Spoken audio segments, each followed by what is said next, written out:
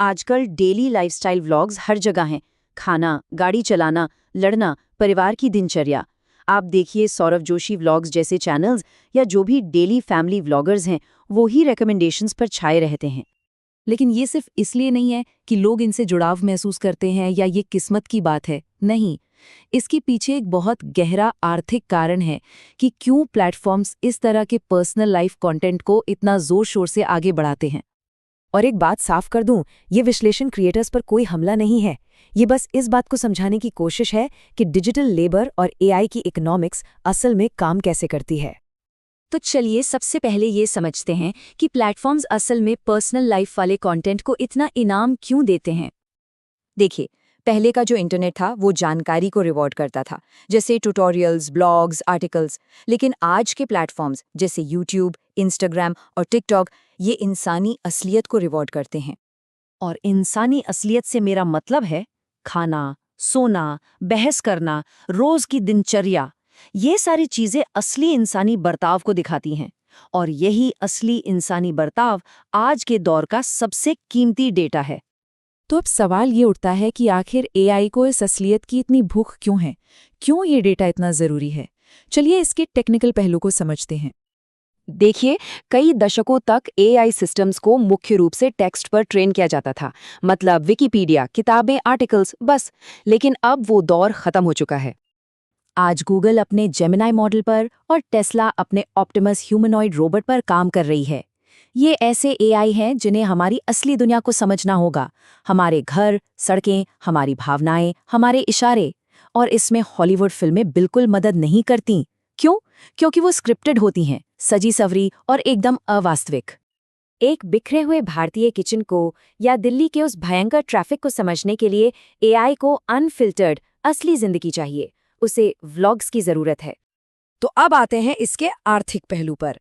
इसे हम 0% सैलरी वाला कर्मचारी भी कह सकते हैं। और ये शोषण का आरोप नहीं, बल्कि क्रिएटर इकोनॉमी के मॉडल का एक विश्लेषण है।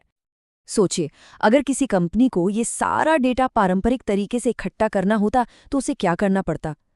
उन्हें वर्कर्स को हायर करना पड़ता, कैमरे लगाने पड़ते, उन्हें सैलरी देनी पड़ती और लेबर कानूनों का भी पालन करना पड़ता। कितना महंगा होता ये सब। लेकिन इसकी जगह प्लेटफॉर्म्स ने एक नया सिस्टम बनाया जिसे हम कहते हैं क्रिएटर इकोनॉमी।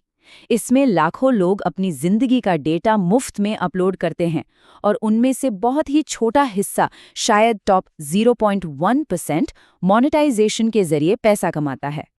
लेकिन 100% डेटा प्लेटफॉर्म के पास ही रहता है।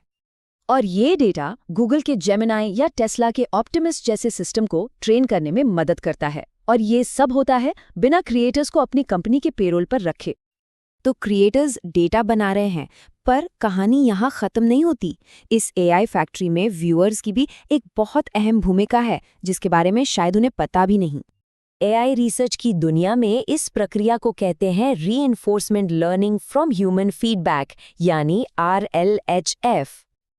अब ये काम कैसे करता है? जब कोई किसी व्लॉग को लाइक करता है तो वो एआई को एक पॉजिटिव सिग्नल दे रहा है। जब कोई वीडियो स्किप करता है तो वो बता रहा है कि ये इर्रेलेवेंट है। और जब कोई कमेंट करता है कि ये बहुत रूड था या ये बहुत इमोशनल था, तो वो असल में उस व्यवहार को एआई के लिए लेबल कर रहा है। तो मतलब क्रिएटर्स डेटा बनाते हैं, व्यूअर्स उसे रिफाइन करते हैं। दोनों काम कर रहे हैं बिना किसी कॉन्ट्रैक्ट के। लेकिन मुद्दा सिर्फ बिना पैसे के काम करने का नहीं है।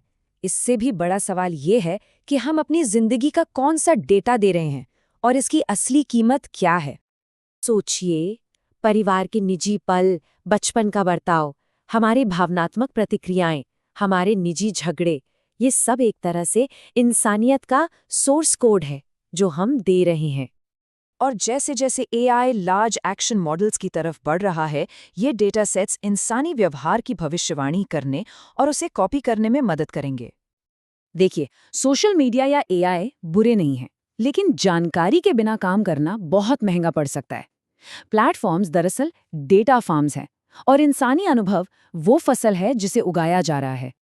तो इसका मतलब ये नहीं है कि बनाना बंद कर दें, लेकिन जो भी बनाएं सोच समझकर बनाएं और जो भी अपलोड करें सावधानी से करें।